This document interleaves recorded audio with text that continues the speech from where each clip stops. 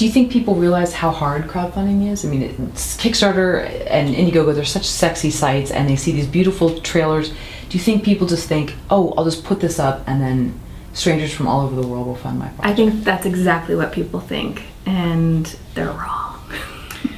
And a lot of those, if people do that, then you see a lot of things that don't make their goal. Like, what was it? You found a great one. I found this great project that I backed, and I tweeted about it, and I went back a couple of days later and they didn't have any more backers. And I went back a couple of weeks later and they didn't have any more backers. And I was like, that means to me that they didn't even put in the effort to con their friends into backing their project, which means that maybe they should look into how crowdfunding works some more and try again, because it's almost a full-time job. Yeah. There's a lot of refreshing of the web page. This is our second Did Kickstarter. anyone else? Yeah, and our first one was definitely a full-time job, and so is this one. It's really hard, and you have to do a lot of research, and you have to do a lot of contacting people and blogs and newspapers and things that aren't ever going to contact you back, but you have to contact them anyway.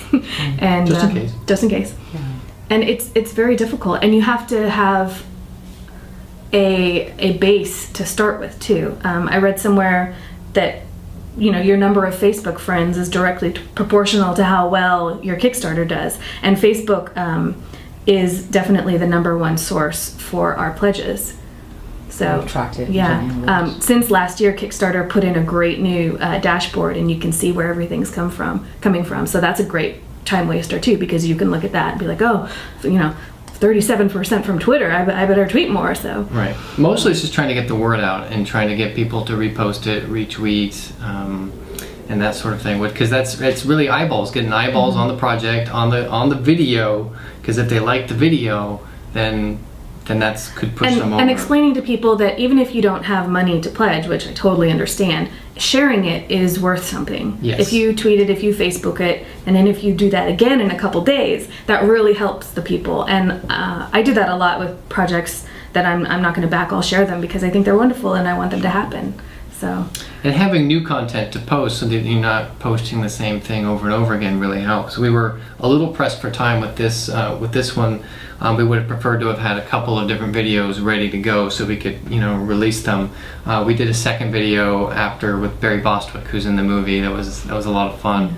And we have a couple written, but it's been hard to line people's schedules up. So it would have been nice if we were smart. To plan more time. Yeah, to have had the whole campaign. But we had to pull the trigger because of the timing of our first screening. So. Yeah. So what have you found has been the biggest draw, besides Facebook, to getting people that are outside your social circle, family and friends, to donate?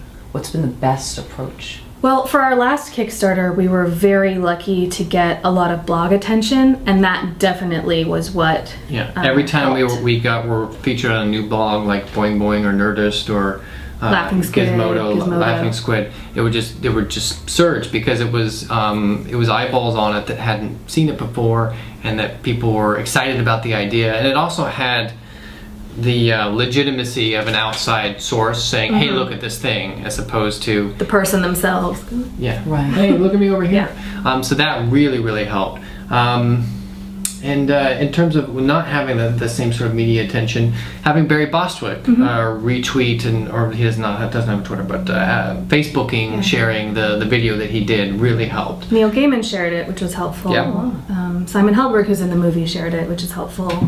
And just having anyone share it is helpful. Anyone with reach. We had a little article in the Nerdist today, and there's a definite little and there's bump. been a bump today that really went along with that. We were featured, and we did an interview on the Nerdist on Friday that landed, and that gave us a little bit of a bump as well.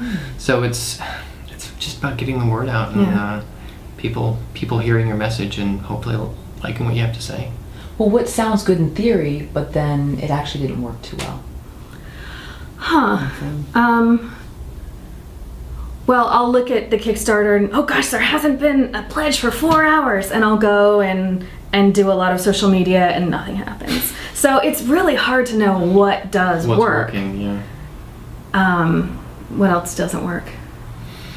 What else doesn't work? Oh, I sent an email to every single person that is on my Facebook from my hometown. And people just don't read Facebook messages is part of it. But I think I got one response. So that, people say personal appeals, but I think emails may be better than Facebook messages. Right. Phone calls? Phone calls, Yeah. okay. Yeah. Text messages. Yeah. Explaining to your grandmother how to open her email so she can share it with her friends. Right. Do you think there are certain times of day that are more receptive to tweets? I mean, I know Dave has always said 5 o'clock seems like a good time. Is that Yeah, getting off work? and I notice in the morning too, which is terrible. You have to get up in the morning. We like to work late. Yeah. That's the problem too, is a lot of times 3 a.m. I'm tweeting and Facebooking up a storm and nobody cares. Sure. So. Well, there's people in Germany. Yeah. Or Yes, our foreign fan base. Iceland or something. We have fans in Indonesia. So. That's true. Oh, very cool. That's true. Very cool. The film is played there, Oh, so nice.